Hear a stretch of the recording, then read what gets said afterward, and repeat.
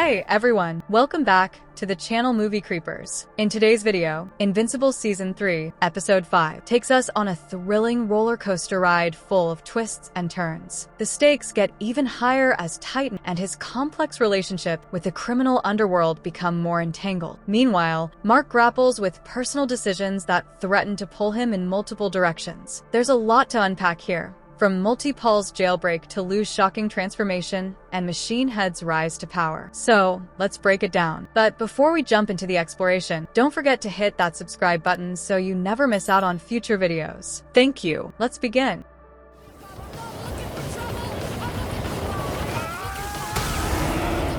Episode 5 Plot Explored. We open with Titan taking his daughter Fiona to school, showcasing his strong bond with his family and his connection to his neighborhood. Titan's life seems relatively normal until Isotope shows up with a message from Mr. Lou. Lou is demanding Titan break Multi-Paul out of Peyton Penitentiary, or else. Titan tries to ignore the pressure, but when we switch to Multi-Paul's jailbreak attempt, things take a dark turn. Multi-Paul floods his prison cell with duplicates, but they're not enough to break out. The guards manage to neutralize him with a power-suppressing collar, and this is where Duplicate steps in. Duplicate reprimands her brother, but it quickly becomes clear that she's been struggling with her own emotions. A flashback reveals their childhood, where they were raised in a broken home. Their father's insanity, linked to an ancient Chinese curse, left them both scarred. Paul chose a darker path, while Kate, trying to distance herself from that legacy, became a hero. But there's a deep division between them. Paul feels betrayed, while Kate is still in denial about the corruption surrounding her. The tension escalates as Multi-Paul and Duplicate argue about their different choices in life. Paul, lost in his own perspective, doesn't understand why Kate won't break free from the very system she claims to be fighting against. It's a heartbreaking scene as their fractured relationship is laid bare. And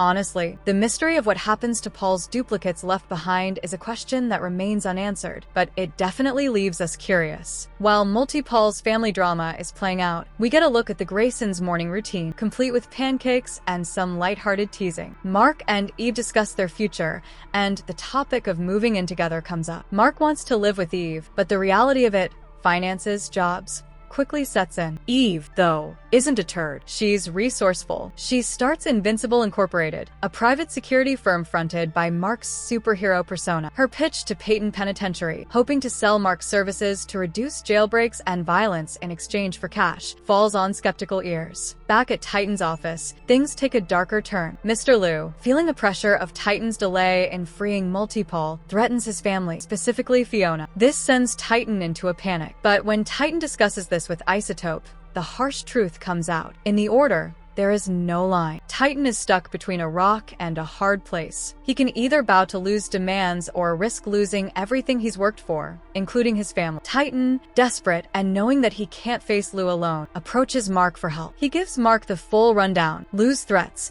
the fate of his neighborhood, and how freeing Multi-Paul is the only way to maintain his position and protect his family. But Mark, being Mark, doesn't just accept this situation. He's a hero, not a pawn in some mob boss's game. So, of course, Mark tries to arrest Titan. However, Titan pulls a fast one, escaping and leaving Mark in the dust. Mark regrets not trusting Titan, but things quickly spiral beyond his control. The moment we've all been waiting for happens. Mr. Lou, who's been subtly threatening Titan and the entire city, finally snaps. When he learns that Multi-Paul is still in prison, Lou undergoes a shocking transformation. He turns into a dragon. Yes, a dragon. Lou sheds his human form, leaving it in the hands of his bodyguard as he flies straight to Peyton Penitentiary. This is the moment where the story takes a wild turn. Mark and Eve rush to the scene, realizing they've underestimated just how dangerous Lou truly is. Lou's dragon form is incredibly powerful, and the battle at Peyton Penitentiary quickly escalates. As Lou destroys the prison and releases the inmates, Multi-Paul takes the opportunity to break free of his collar and escape. But in a twist, we learn that the Multi-Paul they're dealing with isn't the real one. It's just a clone. The real Paul is free, and things are about to get a lot more complicated. Meanwhile, Meanwhile, Duplicate's personal conflict continues to haunt her. She finds a paper chain in her locker, which is a powerful reminder of her and Paul's past. Will he hurt her for standing against him? Or is this just a symbol that despite everything, family is still at the core of their bond? As the chaos unfolds at the penitentiary, Machine Head makes his dramatic return. The moment Machine Head walks into Titan's office, he's looking for blood. Lou's dragon form is wreaking havoc, and Mark is caught in the crossfire. Just when it looks like Mark will be eaten alive by Lou's dragon, Machine Head steps in, shooting Lou's human body and effectively killing the dragon's vessel. But here's the twist. It wasn't all spontaneous. Titan had been planning this with Isotope and Machine Head all along. They knew that in order to take down Lou and save themselves, they have to sacrifice some things. Titan pretended to give up his throne to Machine Head, knowing that Lou's mortal body would be destroyed. It's a calculated move, one where Titan can live a quieter life with his family, far away from the violence of the Order. Mark, who was initially duped by Titan and Isotope, is left feeling defeated, knowing that he played a role in their manipulative plans. Eve, ever the optimist, reassures him that at least they're doing something. Sometimes, even the best of intentions don't lead to perfect outcomes. They just have to make the most of it. As they leave, Mark decides he wants to stay close to his family, especially Oliver. But he's still unsure about what the future holds with Eve. Machine Head, now in control of the Order,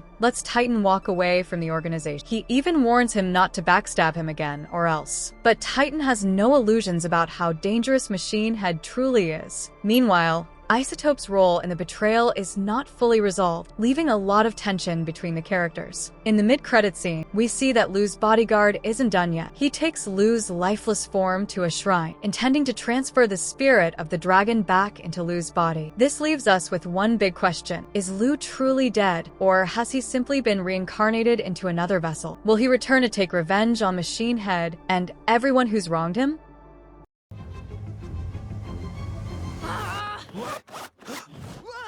The final takeaway. Invincible Season 3, Episode 5, is a prime example of the show's ability to juggle complex character dynamics, action-packed sequences, and moral ambiguity. Mark is caught between his duties as a hero, his love life with Eve, and his complicated family dynamics. Meanwhile, Titan and his dangerous alliance with Machine Head set up a precarious power struggle that will inevitably lead to more chaos in future episodes. With Lou's return on the horizon, things are only going to get more intense. How will Mark handle the increasingly complicated world around him? We'll have to wait and see. If you enjoyed this video, make sure to like, comment, and subscribe for more. And don't forget to hit the bell icon so you never miss an update. Until next time, keep swinging!